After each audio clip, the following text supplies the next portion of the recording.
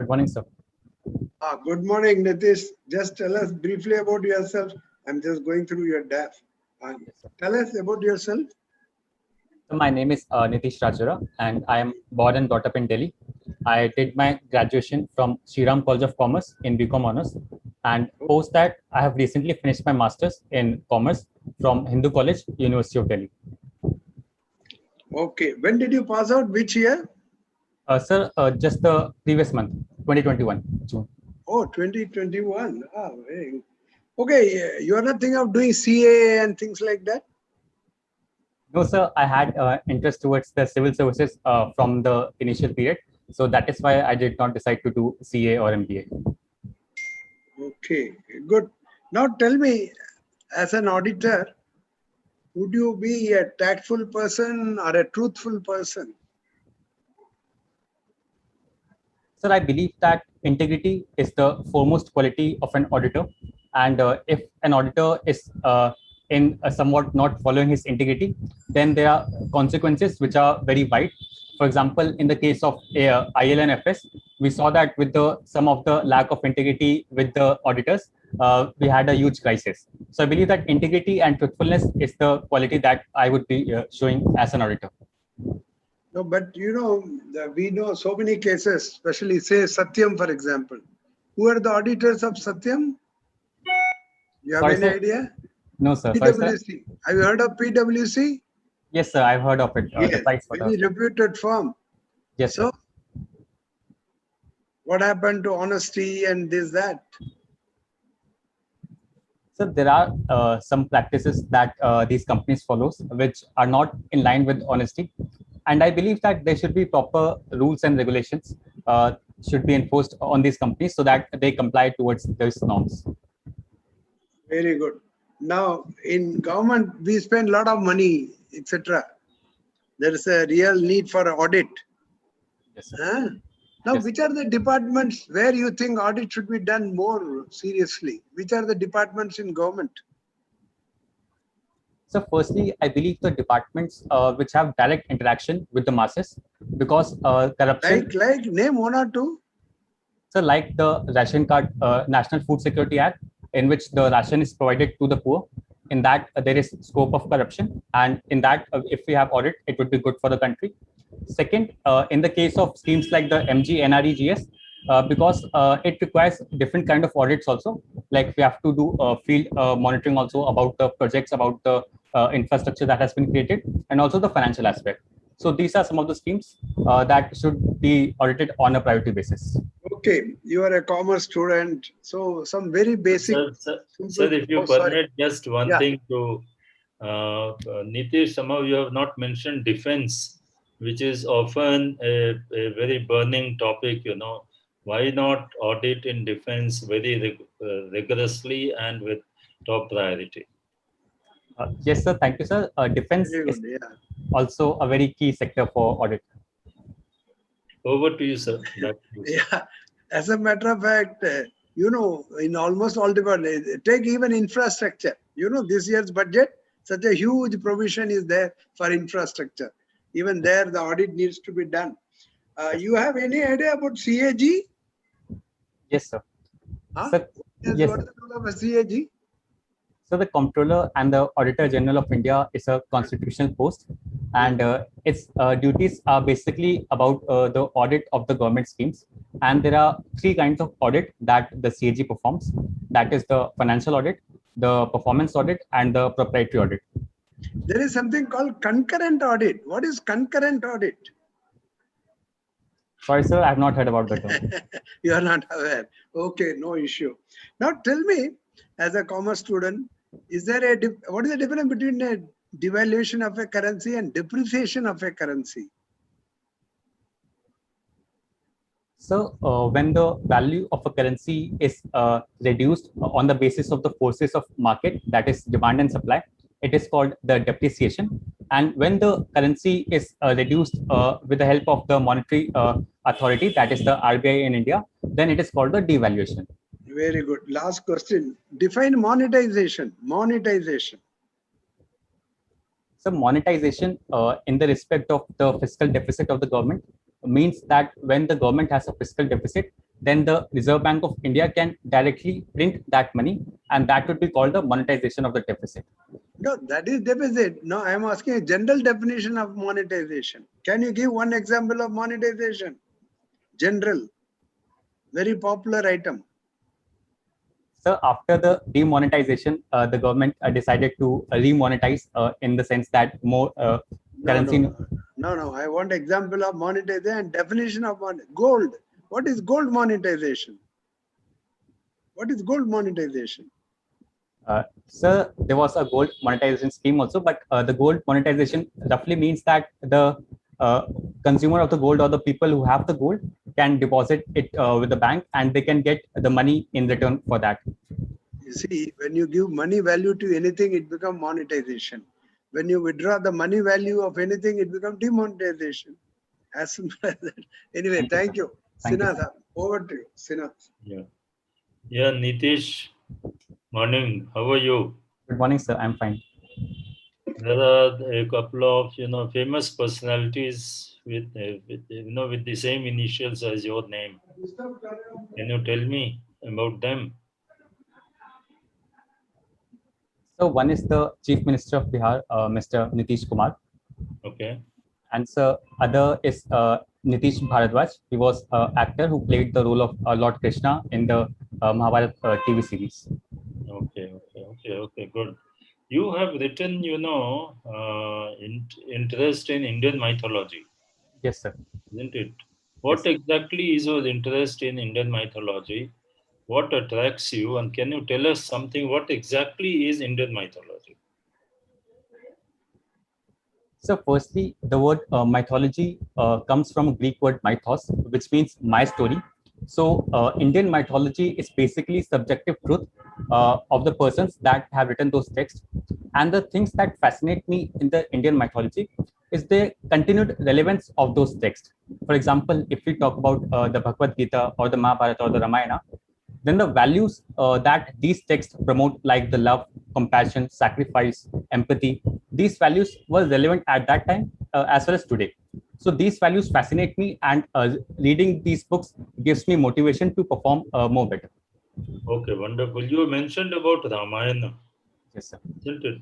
Yes, sir. Ramayana, I think, consists of chopais and doha. Yes, sir. What is a chopai and what is a doha? Sorry, sir, I am not aware about the exact difference about this. Do you remember any doha or any chopai?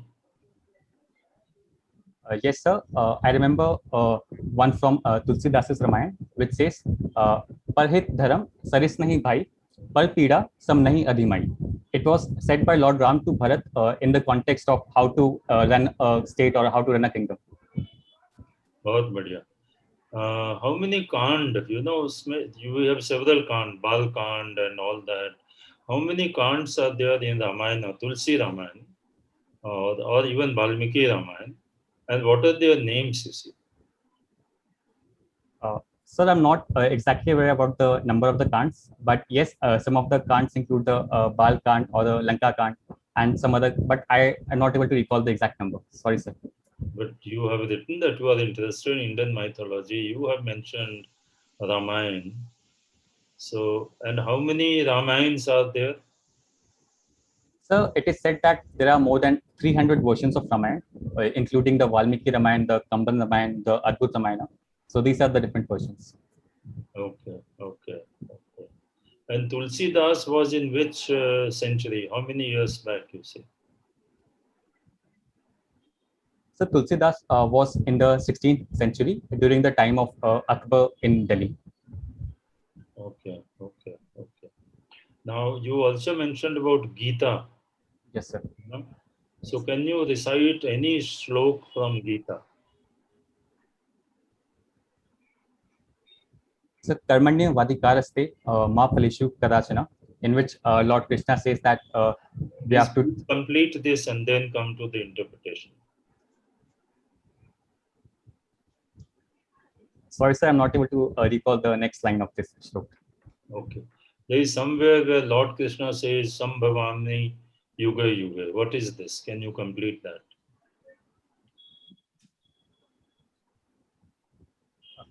So it is yada yada hi dharmasya glanim bhavati bharatah abhyudhanam adharmasya tadatmanam sijabneha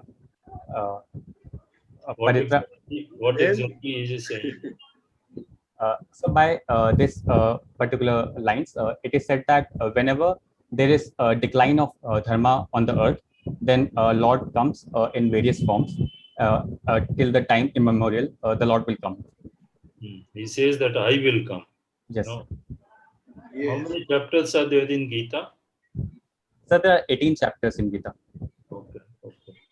Okay. Just last thing, you presented some paper for Niti Ayog, you see. Yes, sir. Who is the chairman of Niti Ayog? So the chairman is the Honorable Prime Minister of India, Narendra Modi ji. And who is the current vice chair? Sir, it is Shri Rajiv Kumar ji. Okay. And tell me 2-3 things about women empowerment paper which you presented to Niti Ayog. You see. Just 2-3 points, not more than that. So the first point, based on my understanding, what is women empowerment? So I basically gave 2 points. One is freedom for women, and second is equity for women. This was the first important point. Second point was it was a journey of how Indian women has progressed from 1947 till 2019 in various sectors like health, economic, political, social, sports. So this was the second main point, sir. Do you think, my last question, again going back to your mythology and women empowerment, you see, there was empowerment of women. Do we find instances of that in Indian mythology? Or is it a concept, which is very recent, only about independence and after that? So empowerment of the women has been a constant theme in the Indian tradition and Indian culture. And it is not a new phenomenon, especially for India, because in the ancient time also we had rishis and rishikas, which implies female rishis. And also, sir, we had the worship of goddess in the various forms like Lakshmi and Saraswati. And even in some versions of Ramayana, for example, the Adbhut Ramayana, which was written by Valmiki ji, the main character is being played by Sita ji. So it shows how important a lady character could be in the Indian text. Also, the war of Mahabharata was fought because of dishonor. But talking of your paper to Niti Ayog, you mentioned only after independence. That is why I was surprised as to why would a paper not take cognizance of what has happened before and many years before that, you see. So the scope of the paper was limited, and the topic that was given to us was about after independence. Okay, thank you. Thank you Over so much, to you, sir. Over. Yeah. Thank you, Thank Nitish. you. Thank you, sir. Yes, Mr. Tyagarajan. Yes, sir. Nitish, that's good. I would like to engage you on your domain expertise, though I'm not an expert myself. It's very tempting. Nitish, can you demystify to me what is this controversy about Brexit? There's a lot of controversy. Layman, like me, I'm not able to figure out. Would you like to throw some light briefly, Nitish, on Brexit controversy conceptually, and what is the dispute about? The Brexit is the exit of the United Kingdom from the European Union.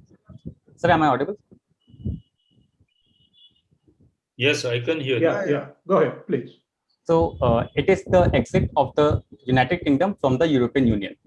And it was passed in 2016 by a very narrow vote of 52-48 in the United Kingdom. And the recent controversy about the Brexit is the Northern Ireland and the Ireland controversy. Northern Ireland is a part of the United Kingdom. Sorry to interrupt you, Nitish. Sorry to interrupt you, but very briefly, conceptually, why does Britain want to get out of the Union? This is rather counterintuitively. We thought this is the time to get together. Why? What exactly is bothering UK? I'm sorry, I'm talking layman's because I don't understand. Yeah. So the first issue that Britain raised was about the finances that it contributed to the European Union. So Britain believed that it would be better if those finances are used within the country. Second, sir, is the control that the European Union exercises through its various institutions like the European Central Bank and the European Commission. So all the policies has to be in alignment with the European policies. For example, the monetary policy of the UK cannot be independent. Okay, Nitish, sorry to cut you short. Fine, thank you. Coming back home, GST was launched with a lot of fanfare. But then if you look at the media and the newspaper, GST, which was supposed to be the boon, one nation, one tax, suddenly there is a lot of murmurings, states are demurring, a lot of problems. So what's going wrong, Nitish? What's going wrong? GST. The GST was an indirect tax reform, and the major problem that the states and the center are currently facing is relating to the compensation cess. Because after the coronavirus pandemic hit us, the revenue from GST collection was reduced, and the center was not able to meet its compensation obligations. Is that all? Is the dispute only about the compensation part? What about the small merchants? They say while implementing it on the ground, there are a lot of hiccups. Is that so? Yes, sir. There has been as a commerce expert.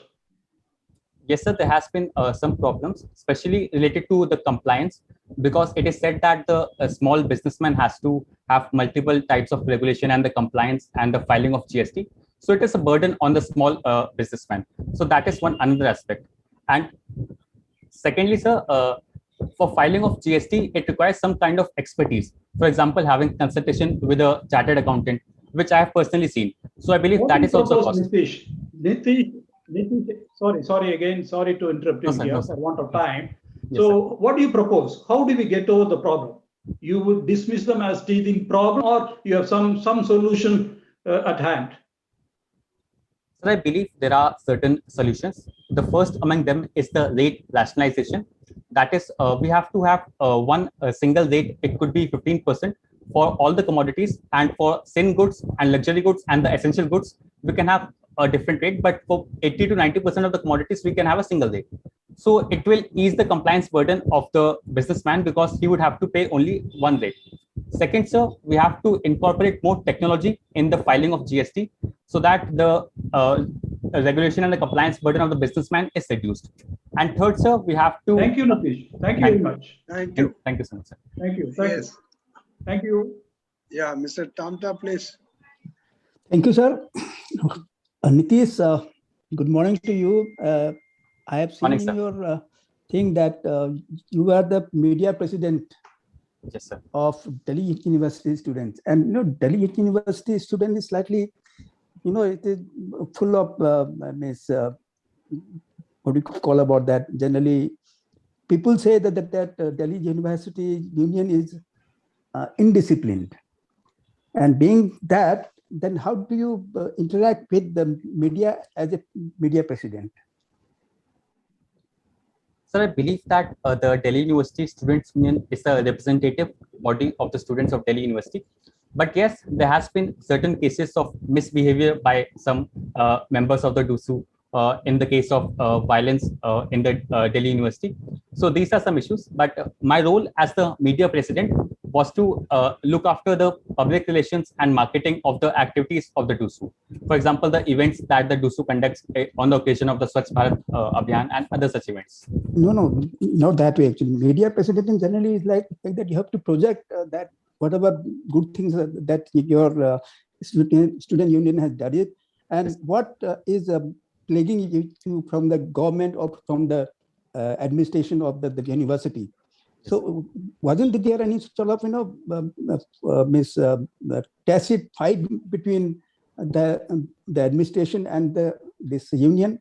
And if that's so, how did you resolve it through your media or this portfolio? Yes, sir, there have been certain frictions between the administration and the DUSU. For example, in the initial phase of the coronavirus pandemic, the Delhi University Students' Union demanded that there should be no online examinations because a lot of students faced difficulties. And to put that point towards the administration, we had an interaction with the administration of the Delhi University, and finally that they is all right. accepted our That is all right. That is all right. Tell me about that. What is the difference between your this union and this union of JNU? How militant your union is? How militant is their union? Do you have any comparison that your union is better than JNU's union, or JNU union is better than your union? So both the unions represent students, and the fundamental difference is that the students in the JNU generally reside within the campus, whereas this is not the case in Delhi University, because most of the students reside in PG or hostels. So this is one thing in which the unions diverge in terms of their work. And also, sir, the Delhi University Students' Union is very less politicized, and the student bodies are independent of any political ideology, which is more prevalent in the JNU. This is not really. In fact, in your DU, I believe you have Congress also, you have got BJP also, but there in this JNU, you have got only generally all are there, but this prevalent is this leftist. I forgot about that. So you tell me about one thing. As a commerce student, we have been talking about after this pandemic broke out that basic minimum this payment. Gets said about that if you do not have work, and if your work is hampered or something, so you should be given 6,000 rupees per month, so that the whole thing that the poor people can survive. Also, the this economy of the country can survive. So there are a lot of pros for it, but the government did not bother about that. A lot of this economists, everybody has said that to revive the economy, you have to pay at least minimum maybe 4,000, 5,000, so the purchasing power of a person is increased, and the circulation of the money in the market. So how do you take it at this logic? So there has been proposals about basic minimum guarantee income to everyone in the country. But I believe, considering the fiscal position of the government of India and the developing country status of the country, I believe that it is not possible. So government has decided to give to certain category of people. You tell me about this one. Generally in RBI, people used to say that the RBI reserves are always there for the emergency period. Yes, sir. But now this RBI reserve have been depleted every day. Means from last time, I believe some 3 lakh crore rupees were withdrawn from this. So if the money can be withdrawn from RBI, then why it cannot be this given to the poor people? And if you are giving money for circulation, the economy will this revive. No. So it is one of the options that the government can give money to the people. But an alternate option that the government is following is to invest that money into infrastructure building, which will also create a virtuous cycle through which a generation of employment and the economy would be increased. Also, sir, the government has provided schemes like the PM Kisan, and to the women Jan Dhan account holders, it provides money.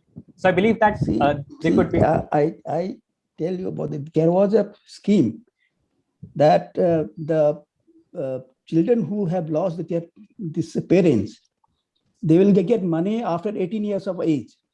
Yes, sir. So now, if that is the condition, now how will this survive between these years? Is this your program is good or bad, or there's nothing this political about it? But then, as a person, as an economist, or how did you rate this?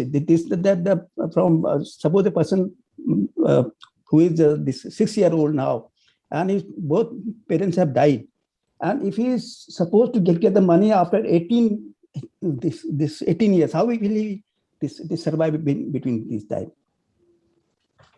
So as a policymaker, I believe that the government should provide some sort of money instantly, for example, for the education and the health of the children. And after 18 years of age, the government can provide a lump sum money. But before that also, I believe that they should provide some money. That is my personal opinion, sir. A person has to live. Yes, sir. From 6th year to it's 18 18 year, isn't it? Yes, Thank sir. you. Thank you. Thank you. Thank you so much, sir. Thank you. Acha, Nitish, when is your interview? Sir, 18th August. 18th August. Oh, less than a month now left. Yes. Okay. Now, have you gone through the economic survey? Yes, sir. I have read that. Okay. How about the budget? 15th Finance Commission? Yes, sir. I have read these documents also. Just tell me two major recommendations of 15th Finance Commission. So one is that the share of the states has reduced from 42% to 41% now, and that 1% especially allocated for the development of Jammu, Kashmir and Ladakh. And second is, sir, the 15th Finance Commission in its terms of recommendation took the census of 2011 instead of 1971 and included some other measures like improvement in the forest cover area of that state and improvement in the family planning. So these criteria were also included. Very good. No, you are very good. I think you should make it. This is your second attempt? Yes, sir. And interview first time? Yes, sir. First interview. Okay, good. But keep track of national, international, events, etc. Especially Afghanistan, what is happening. You opted for foreign service. What's your preference? Second? Sir, IAS first, IPS second, and IFS third. Okay. Anyway, happenings in Afghanistan. Then also a bit about RBI policy, etc. Yes. Okay, you should do well. I would personally give you 70. Over to you, Sinadha. Thank you, sir. Yeah, okay, Nitish. I think you are a good candidate, no doubt. But then between now and the date of the interview, a couple of things you see. The one major factor which guides the interview is your DF, both DF 1 and 2, whatever you have written that, Yes, sir. And when you write two things, one is Hindi Sahitya Sabha, you are linked to that, and then Indian mythology. Then take it from me that you are going to have good number of questions, maybe around 5-7 minutes devoted only to this. Now there you can't come out ki sir ye nahi pata, wo nahi pata, wo nahi pata. You see, kindly note one thing. This is not the knowledge of test. Yes, sir. Sorry, this is not a test of knowledge, you see. That has been done and you have come to this stage.